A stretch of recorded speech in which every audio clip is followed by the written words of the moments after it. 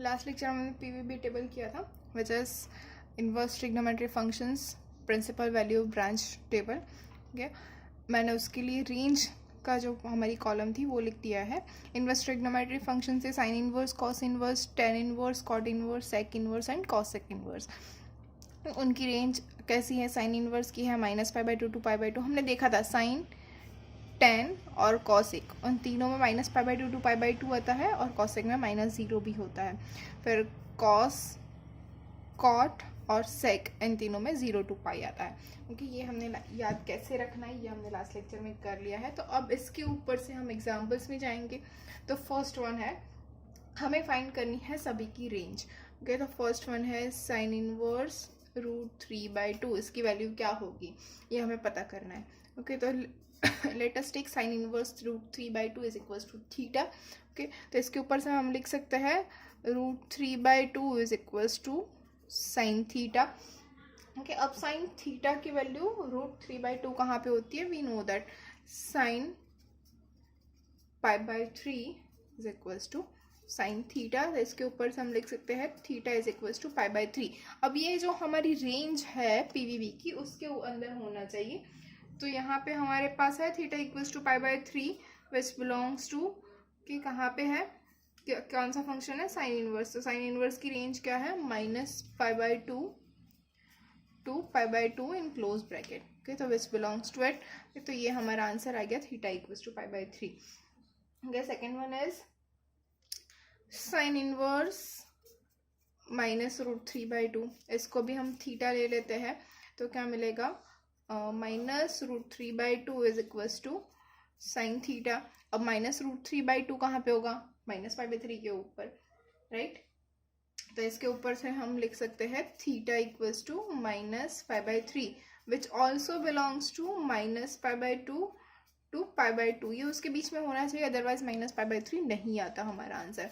Third example के ऊपर जाते हैं विच इज कॉस इनवर्स -1/√2। कि उसके इक्वल्स टू भी हम थीटा ले लेते हैं। तो we have -1/√2 is equals to cos theta. कि -1/√2 इक्वल्स टू कॉस थीटा है। तो -1/√2 कहाँ पे आएगा?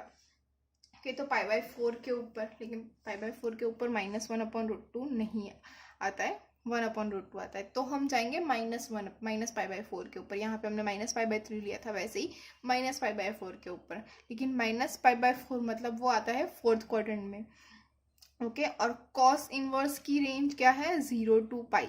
0 to पाई मतलब फर्स्ट और सेकेंड क्वाड्रेंट। तो फोर्थ क्वाड्रेंट तो हमारे अंदर है ही नहीं, तो हमें फोर्थ क्वाड्रेंट नहीं लेना है। तो इसको हम ऐसे भी लिख सकते हैं। अब सेकेंड क्वाड्रेंट में भी तो कॉस नेगेटिव है और सेकेंड क्वाड्रेंट हमारे अंदर है, तो इसको हम ऐसे लिख सकते हैं cos π - π/4 equals to cos theta. Okay, now we know that cos π - π/4 is cos π/4। Okay, तो and π - π/4 is 3π/4 is equals to theta. तो हमें यहाँ पे थीटा की वैल्यू मिल गई। Hopefully you all are getting it. Fourth one है साइन इनवर्स ऑफ cos 3π/4। तो इसको हम कैसे लिखेंगे? साइन इनवर्स cos 3π/4 की वैल्यू हमें पता है, यहीं पे हमने मिली, which is -1/√2। Now sine inverse of -1/√2, तो इसको हम फिर से थीटा ले लेते हैं। कि थीटा ले लिया तो साइन की वैल्यू -1/√2 कहाँ पे मिलेगी? -π/4 के ऊपर। कि तो sine inverse -π/4 is equals to sorry, इसको हमने थीटा ले लिया तो -1/√2 is equals to sine theta मिल जाएगा। इसको हम लिख सकते हैं sine of -π/4 equals to sine theta. तो will have theta is equals to -π/4 which also belongs to -π/2 to π/2, जो उसकी रेंज है उसके अंदर भी हमारा मिल गया है थीटा। यहाँ पे जो थीटा है वो भी इसके रेंज के अंदर है, बिलोंग्स टू 0 to π। कि तो हमें रेंज के अंदर थीटा मिलना चाहिए। नेक्स्ट एग्जाम्पल है, नेक्स्ट है हमारा sign inverse of cos of sine inverse √3/2। Okay, इसको हम लिख सकते हैं साइन इनवर्स, सबसे पहले अंदर वाला ब्रैकेट करना है तो cos of sine √3/2, sign inverse √3/2 वो क्या होता है? Pi by 3. ओके, अब cos पाई बाय 3 क्या होता है? cos पाई बाय 3 इज 1/2 और sin inverse 1/2 is pi by 6 which belongs to minus pi by 2 to pi by 2. ये तो हमारा आंसर आ गया pi by 6. And sixth one is tan inverse of sin minus pi by 2 which is equals to tan inverse. पहले bracket open करेंगे. sin minus pi by 2 is -1. इसके equals to हम theta ले लेते हैं, तो फिर से हमें क्या मिलेगा? -1 is equals to tan theta. और -1 कहाँ पे होता है? 1 कहाँ पे होता है? पाई बाय 4 के ऊपर. तो -1 कहाँ पे होगा? माइनस पाई बाय 4 के ऊपर. ओके, तो इसके इक्वल्स टू हम लिख सकते हैं theta equals to minus pi by 4 and which belongs to minus pi by 2 to pi by 2, जो tan इनवर्स के लिए हमारे पास जो रेंज है वो. Okay, next example 7th is cot of sin inverse of cos of tan inverse 1. Okay, थोड़ा difficult लग रहा है लेकिन है नहीं. ओके, विच इज सबसे पहले सबसे अंदर वाला ब्रैकेट ओपन करेंगे तो cot of sin inverse of cos tan inverse 1 is pi by 4. okay, now which is equals to cot of sin inverse cos pi by 4 is 1 upon root 2 which is equals to cot of sin inverse 1 upon root 2 is pi by 4 and cot of pi by 4 is 1. okay, देखिए easy है एकदम सही. next example is sec inverse of -2. let us take it which is equals to theta. so we have -2 equals to sec theta. okay, now the value of sec theta is 2 as at pi by 3, but pi by 3 is not in our यहाँ पे हमारे पास -2 है तो minus pi by 3 होगा, लेकिन minus pi by 3 जो है वो फोर्थ क्वाड्रेंट में आएगा और फोर्थ क्वाड्रेंट सेकंड इनवर्स के अंदर नहीं है, यहाँ पे फर्स्ट और सेकंड क्वाड्रेंट ही है. तो इसको हम कैसे लिख सकते हैं? अगेन जैसे हमने पहले किया था, sec of pi minus pi by 3 is equals to sec theta. okay, so we have theta equals to 2 pi by 3. here we have sec theta is equals to -2 and theta is equals to 2 pi by 3, which also belongs to our range 0 to pi minus pi by 2. The next example is sin inverse minus root 3 by 2 plus cosec inverse minus 2 by root 3. okay, we want to solve this. now sin inverse of minus root 3 by 2 minus root 3 by 2 हमने पहले ही कर दिया, which is minus pi by 3 and cosec inverse -2 upon root 3 is also minus pi by 3 and now minus pi by 3 is -2 pi by 3. अब ये दोनों जो है साइन इनवर्स के और कॉसेक इनवर्स की रेंज में ही है, इसीलिए हमने डायरेक्ट से माइनस पाई बाई 3 ले लिया है. Okay, which is in fourth quadrant. So our answer for this is -2 pi by 3. Next example is cosec inverse 2 tan 11 pi by 6. okay, first of all we'll open the bracket, solve the bracket. 2 tan 11 pi by 6, tan 11 pi by 6 अगर हमें नहीं पता है तो we can write it as 2 pi minus pi by 6 which is 11 pi by 6. okay, now we know that 2 pi minus pi by 6 which is in fourth quadrant, tan minus pi by 6, tan minus pi by 6 is -2 upon root 3. okay,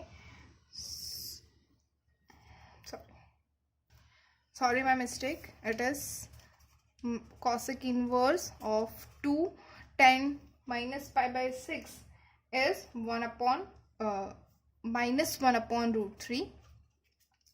okay, so we have cosec inverse -2 by root 3 and cosec inverse minus root 2 upon root 3. let us take which is equals to theta. so now what we have, cosec inverse, so what we have, cosec theta is equals to -2 upon root 3 which is equals to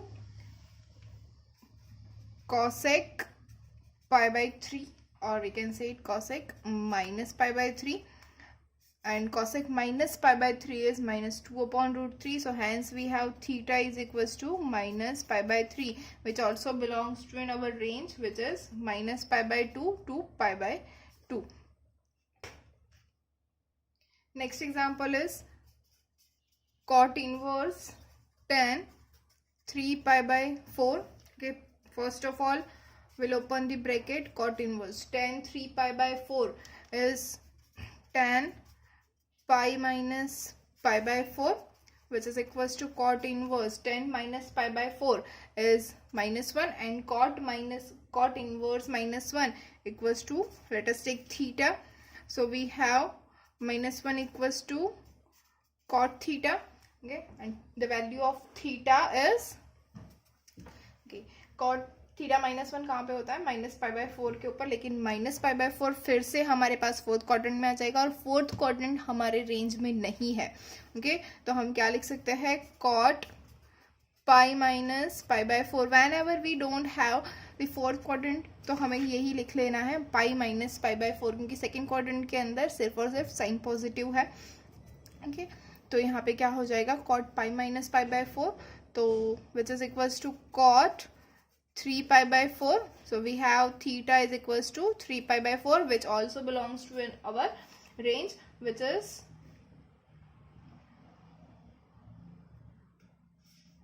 0 to pi. Okay, in open bracket. Okay, हमारी range क्या है, 0 to pi in the open bracket.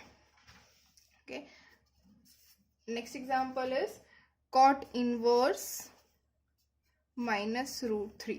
Okay, ये हमें find करना है, तो let us take first again theta. So we have cot theta is equals to minus root 3. Theta की कौन सी वैल्यू के लिए रूट 3 आता है, तो हमें पता है for pi by 6, cot pi by 6 हमारे पास होता है रूट 3.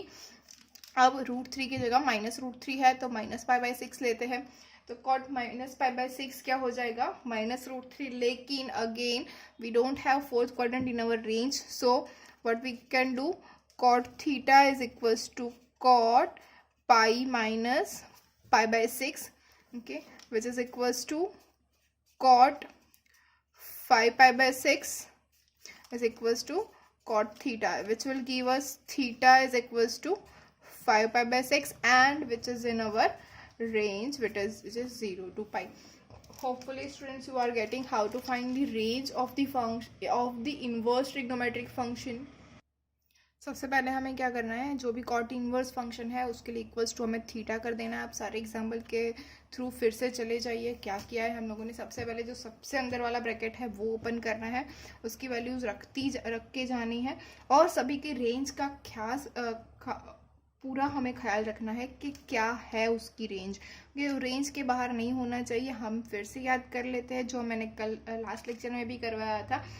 क्या था हमारे पास कि साइन है, कॉसेक है और टेन है, ये सभी के सभी minus pi by 2 to pi by 2 है, मतलब फर्स्ट एंड फोर्थ क्वाड्रेंट के अंदर है, और जो कॉट और सेक है वो सारे फर्स्ट एंड सेकंड क्वाड्रेंट के अंदर है, 0 टू पाई के बीच में.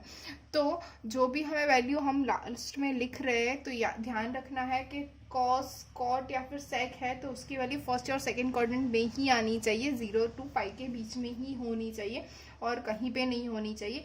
और एक चीज़ हमें ध्यान रखनी है कि अगर साइन है, टेन है या कॉसेक है, उसकी वैल्यू हमारे पास सिर्फ और सिर्फ फर्स्ट और फोर्थ क्वाड्रेंट में ही होनी चाहिए, this is minus pi by 2 से लेके पाई बाय 2 के बीच में ही होनी चाहिए, वो कहीं और नहीं होनी चाहिए. तो हमें आंसर में सिर्फ यही ध्यान रखना है कि हम कौन से क्वाड्रेंट में किसका आंसर लिख रहे हैं. Okay, hopefully you are getting it. If you have any query you can comment below. Thank you.